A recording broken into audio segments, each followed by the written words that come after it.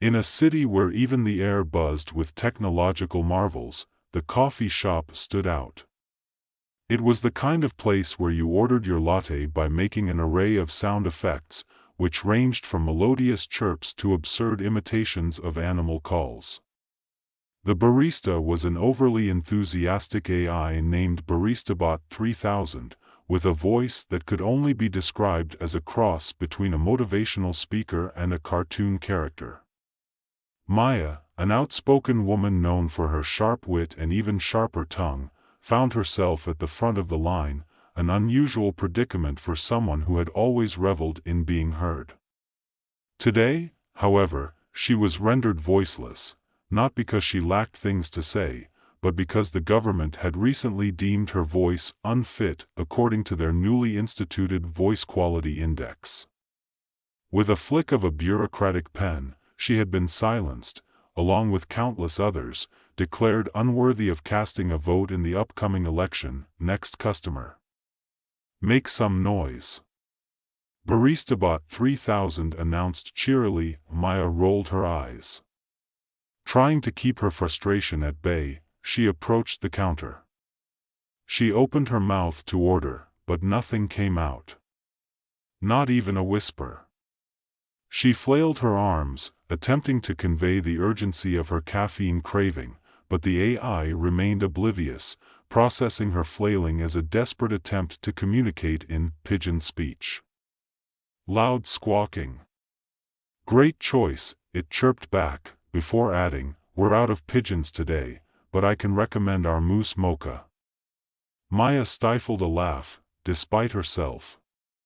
Just yesterday, she had told Theo, her best friend and fellow mischief maker, that life was one long comedy sketch. Today was just another episode, complete with a laugh track that only she could hear.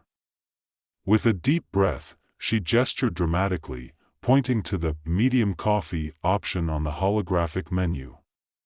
Instead of the order she intended, the barista assumed she was attempting to join the local Moose Lovers Club instead, which, of course, led to an overly enthusiastic spiel about moose-themed lattes. As Maya stepped away, coffee-less and a bit dizzy from the absurdity of it all, she couldn't help but think about how ridiculous the situation had become.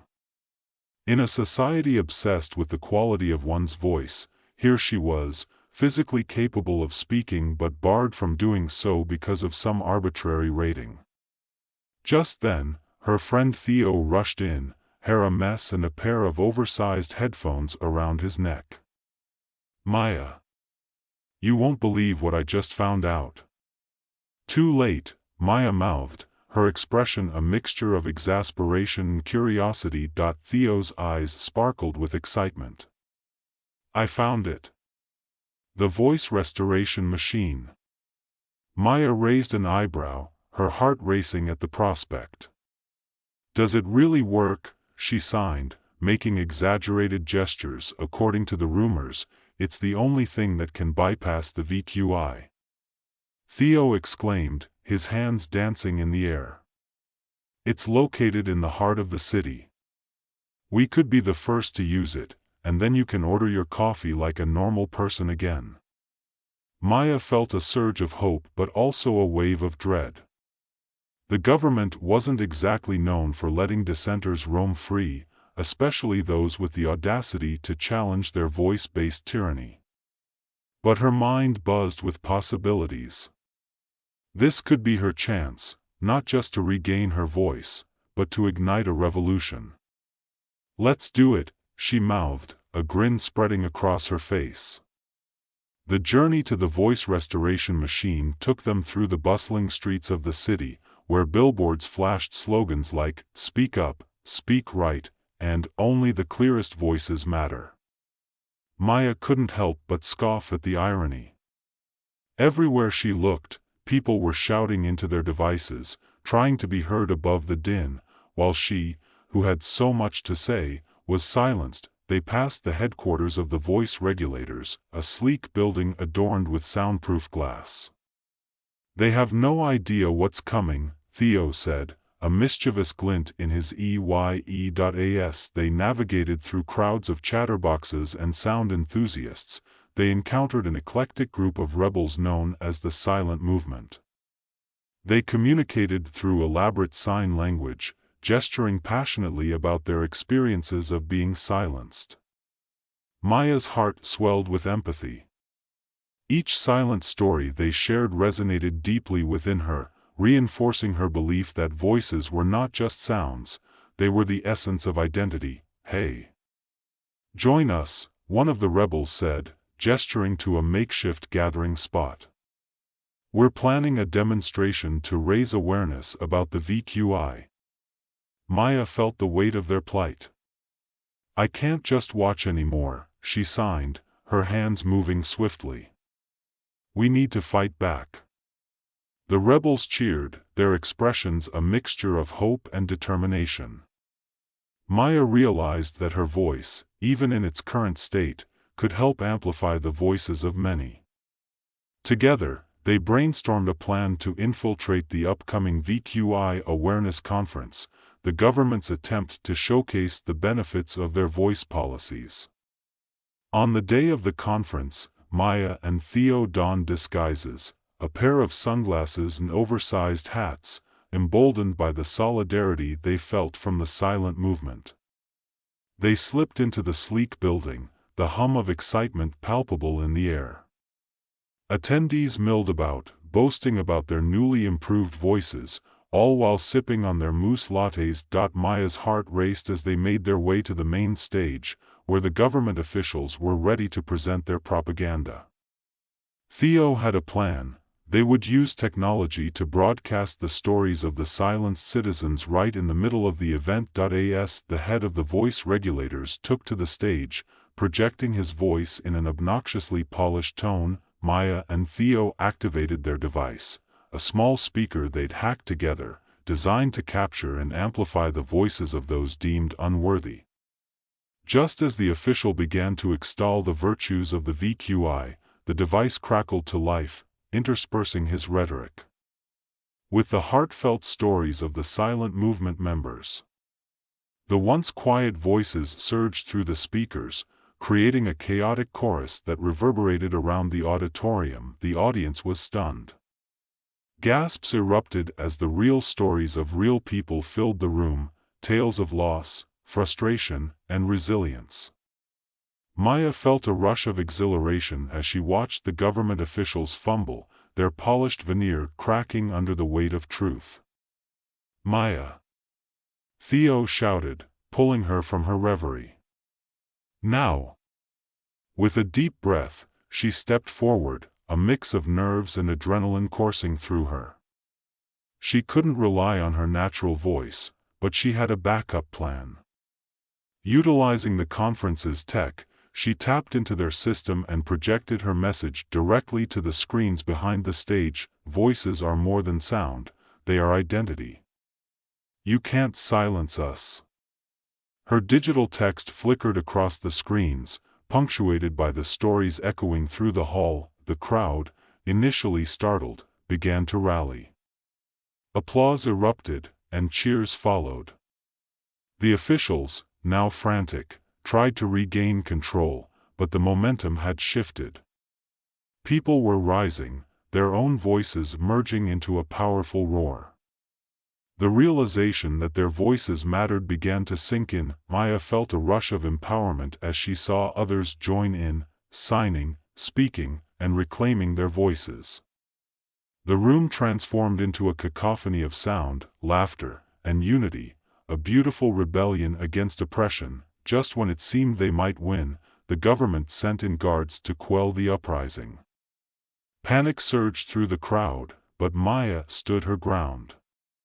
"They can't silence us," she mouthed fiercely, channeling all her energy into the moment. In a final act of defiance, she activated her device again, the stories of the silenced pouring forth like an unstoppable tide. The sound overwhelmed the guards, who were caught off guard by the wave of emotion and conviction flooding the room. In the aftermath of the conference, the city buzzed with conversation. Maya and her allies had ignited a movement that couldn't be ignored. The voice quality index was challenged on every front. Media outlets clamored to report on the uprising of the silenced, and protests sprang up throughout the city. Maya, now a symbol of resistance, found herself speaking at rallies and workshops, empowering others to reclaim their voices. And while her own voice remained unaltered, she discovered new ways to communicate, through art, technology, and community. As she stood on a makeshift stage one evening, addressing a crowd of supporters, she felt a wave of gratitude wash over her. "We are not just voices, we are a symphony," she signed passionately. The crowd erupted into applause, their voices mingling in an electrifying chorus. Though the battle was far from over, Maya knew they had already won a crucial victory.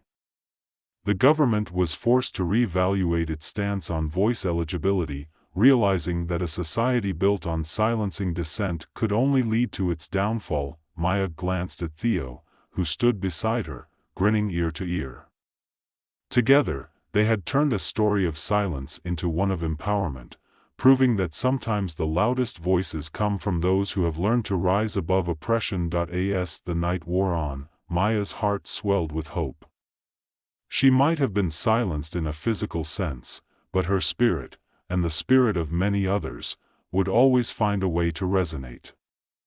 And in that moment, surrounded by the joyous cacophony of reclaimed voices, she knew that the future would be a symphony worth hearing. Maya stood at the makeshift stage, the applause still ringing in her ears, a blend of laughter and cheers reverberating through the crowd. The energy was electric, a palpable sense of unity filling the air. She glanced out at the faces before her. Some were familiar from the silent movement, while others were new allies who had come together in solidarity. Each person bore their own stories, their own struggles, but now they were united in purpose. As the echoes of the crowd began to fade, Maya felt a familiar thrill rush through her. This wasn't just about reclaiming voices, it was about reshaping the very fabric of their society. They had sparked something much larger than themselves, a movement that was gaining momentum with every passing day. Her fingers tingled with excitement, a reminder that they were all part of a larger narrative, one that was still being written. Maya. Theo's voice cut through her thoughts. He was bustling through the crowd, his face flushed with enthusiasm. "Did you see the news? It's gone viral. Everyone's talking about the conference." Maya's heart leaped. "Really? What are they saying?" "Reports of the uprising are flooding in. Social media is buzzing with hashtags, silent no more, voices matter. It's everywhere." His eyes sparkled, and for a moment, they shared a sense of disbelief. "Can you believe it?" "This is just the beginning," Maya replied, her voice still a whisper, but filled with fierce determination. She looked around at the faces lit with hope, the laughter mingling with tears of joy and relief. It felt surreal, a dream unfolding in real time. They moved to a quieter corner of the rally, where a small group of rebels had gathered, discussing strategies and ideas for their next steps. Maya listened intently, her mind racing.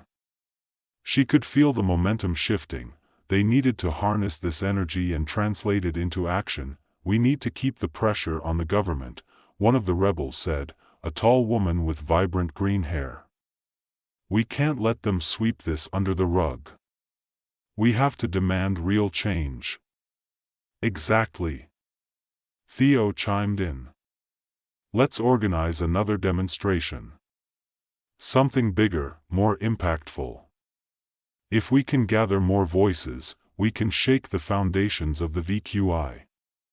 Maya nodded, her mind racing with possibilities.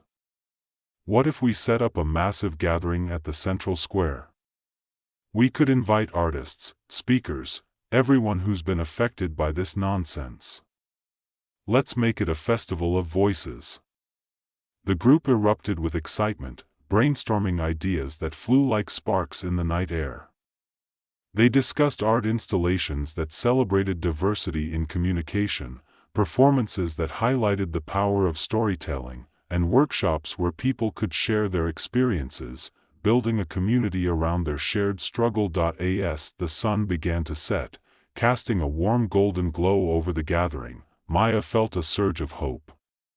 She had often feared the silence that accompanied her voicelessness, but now, it was clear, silence was not just an absence of sound, it was a canvas waiting to be filled with meaning. Days turned into weeks as they meticulously planned the festival.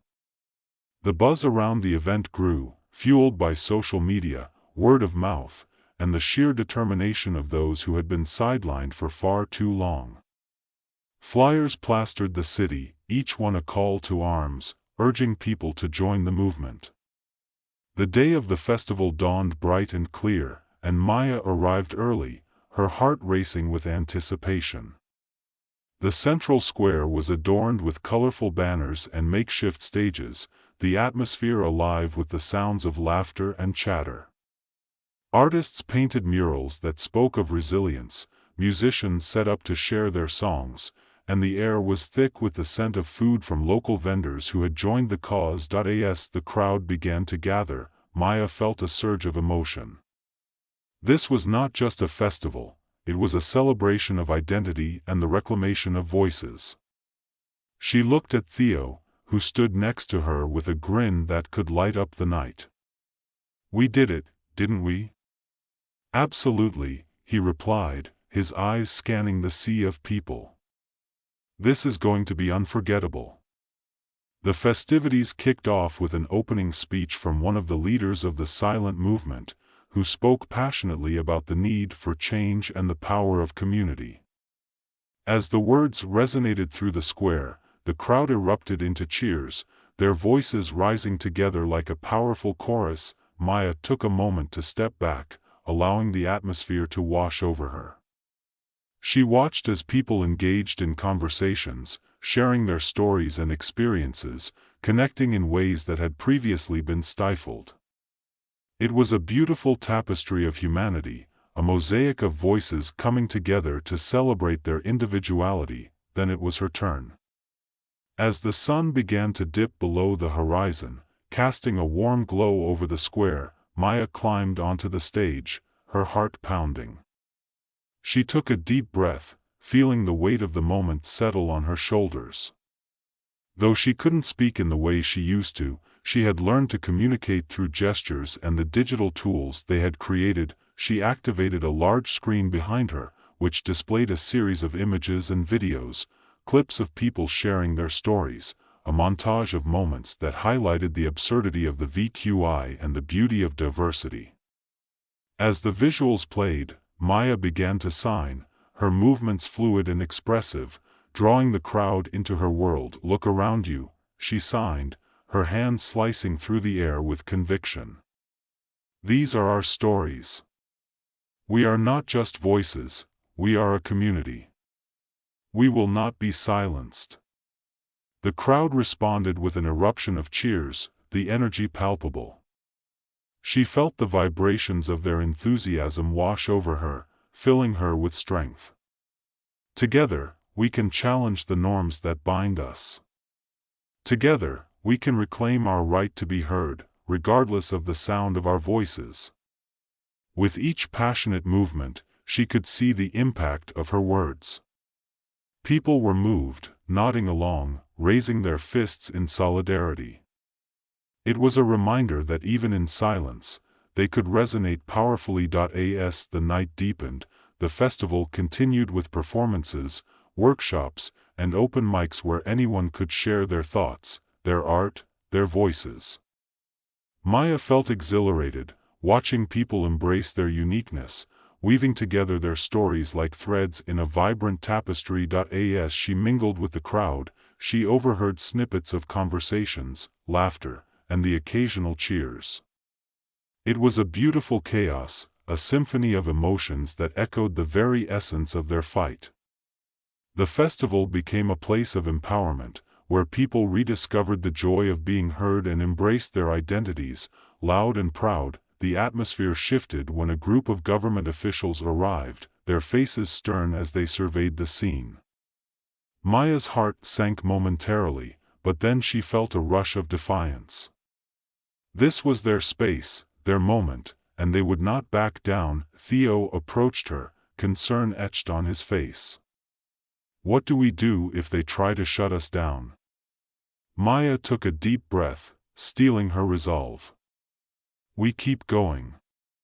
We show them that we are not afraid to stand up for our rights." As the officials moved closer, Maya activated the screen again, displaying a powerful montage of the voices that had been silenced. The crowd noticed, and the energy shifted from nervousness to defiance. People began chanting, their voices rising in unison, drowning out the officials' attempts to impose order. "This is our right," someone shouted from the front. "We will not be silenced." Maya watched as the crowd surged with determination, a wave of solidarity crashing against the officials' attempts to quell the excitement. The air was thick with the undeniable power of collective action, and it was a sight to behold. The officials huddled together, clearly unsure of how to handle the overwhelming show of unity. It was a stark reminder that while they could attempt to control voices, they could never extinguish the spirit of those who refused to be silenced. As the night continued, Maya felt a surge of hope. They had sparked something beautiful and transformative. The festival was more than a celebration, it was a declaration of their rights, a loud and proud proclamation that they would not be defined by the arbitrary standards of the VQI. By the time the festival wound down, the atmosphere was still electric. Maya stood at the edge of the crowd, watching as people connected, shared, and celebrated their individuality. The barriers that once confined them were crumbling, and in their place, a vibrant community was rising. With her heart full, she turned to Theo, who was buzzing with excitement. "Can you believe how far we've come?" "I never imagined we could do this," he replied, his smile infectious. "But look at what we've built together." "Together," Maya echoed, her eyes shining with pride. "This is just the beginning. We have so much more to do." As they began to pack up, Maya felt a sense of urgency, a realization that they had to keep the momentum going. The conversation had shifted, but it couldn't end here. They needed to continue amplifying their voices, reaching out to those who still felt voiceless. The festival may have concluded, but the movement was just igniting. She envisioned workshops, community meetings, and outreach programs designed to empower the silenced and teach them how to reclaim their voices in whatever form they took. Days turned into weeks, and soon, the momentum carried them into a new phase of activism. Maya and Theo organized events that celebrated different forms of communication, art, dance, technology, all of which showcased the myriad ways people express themselves. They collaborated with local artists and educators, each contributing their unique skills to the cause. Maya found herself leading workshops where people practiced sign language, shared their stories through art, and explored alternative methods of communication. The space was alive with creativity, each session building on the last, fostering a sense of community that had been absent for so long. One evening, as they gathered for a community meeting, Maya looked around at the faces illuminated by the soft glow of fairy lights strung overhead. She felt a sense of belonging that transcended the confines of voice. They were a family now, connected through their shared struggles and triumphs. A woman named Carla, who had been particularly vocal in the workshops, stood up to share her story. "When I first came to this movement, I felt so lost. I had always been told my voice was wrong, and I thought that meant I had no place here. But you all welcomed me, and I found a way to express myself through art." She paused, her eyes glistening. "Now, I've started painting again, and I've never felt more alive. I just want to say thank you for helping me find my voice. no matter how it sounds. The room erupted into applause, and Maya felt a swell of emotion. It was moments like these that reinforced their purpose. They were not just fighting against a system, they were creating a new reality where every voice mattered, in all its forms. As the weeks turned into months, the movement continued to grow. Their efforts began to draw attention from not just the local community, but from media outlets and even politicians. Discussions about the VQI started appearing in broader conversations, prompting a re-evaluation of the government's policies. Maya and Theo received invitations to speak at conferences, where they shared their experiences and the importance of inclusivity. They spoke passionately about the need to break down barriers, emphasizing that voices come in many forms, each deserving recognition. One evening, as they prepared for a particularly important event, Maya looked out at the bustling cityscape, illuminated by the glow of neon lights. She could hardly believe how far they had come, how many lives they had touched. The silenced had begun to speak, and their voices were rising together, creating a powerful symphony. "Are you ready?" Theo asked, giving her a supportive nudge. "As ready as I'll ever be," she replied, a grin spreading across her face. "Let's show them what we're made of." The event was packed, filled with individuals eager to hear their stories. Maya took a deep breath as she stepped onto the stage, her heart racing. She activated the screen behind her, displaying images of their journey, protests, festivals, workshops, a visual testament to their struggle and triumph. "Thank you all for being here tonight," she signed, her hands moving with confidence. "What started as a fight for our voices has transformed into something greater, a movement for inclusion, acceptance, and the right to be heard. We are proof that silence can be shattered and that every story matters." As she spoke, the audience responded with cheers, their energy contagious. Maya felt the weight of the moment, a culmination of their efforts, a recognition of their shared struggles. "I want to emphasize that this isn't just about reclaiming voices, it's about building a community where everyone can express themselves freely.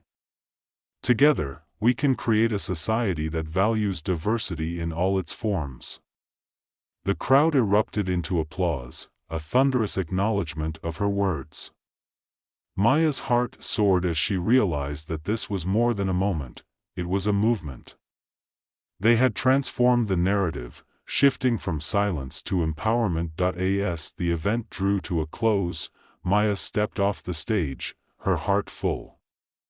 She was met with hugs and congratulations, each interaction reinforcing the bonds they had forged along this journey. The movement had evolved beyond a fight against oppression, it had become a celebration of identity, creativity, and community. In the days that followed, as the momentum continued to build, Maya felt a renewed sense of purpose. They had inspired change, ignited conversations, and brought awareness to the issues that affected so many. The struggle was far from over, but they had taken significant strides in reclaiming their voices. One evening, as they gathered to debrief after a particularly successful workshop, Theo raised a toast. "To all of us, may our voices continue to rise, loud and proud." Cheers erupted around the table, and Maya couldn't help but smile. They had created something beautiful together, a space where everyone was valued, where the sound of their voices could harmonize into a powerful anthem of change. As the night wore on, Maya found herself reflecting on the journey. She had gone from feeling silence to being a beacon of empowerment. Her identity was no longer defined by what others deemed unworthy. Instead, it had been reshaped by the collective resilience of a community that had refused to be muted. In the months to come, as they continued to push for legislative changes and work toward a society that embraced all voices, Maya knew that the fight would remain ongoing. But now, she faced it with the knowledge that they were not alone. Together, they had forged a path toward a future where everyone could be heard, where every voice mattered. As she looked around at her friends, her community, she felt an overwhelming sense of gratitude. They had turned silence into a symphony, and it was a melody that would echo for years to come. The journey was just beginning, and Maya was ready to embrace whatever came next. After all, they had proven that when voices unite, nothing could stand in their way. And with that, Maya felt a wave of hope wash over her, a reminder that they were not merely reclaiming their voices, they were rewriting the narrative of their society, one story at a time. In the heart of that vibrant city, amid the laughter and resilience, they were forging a new reality where every voice would sing in harmony. And that, she thought, was a future worth fighting for.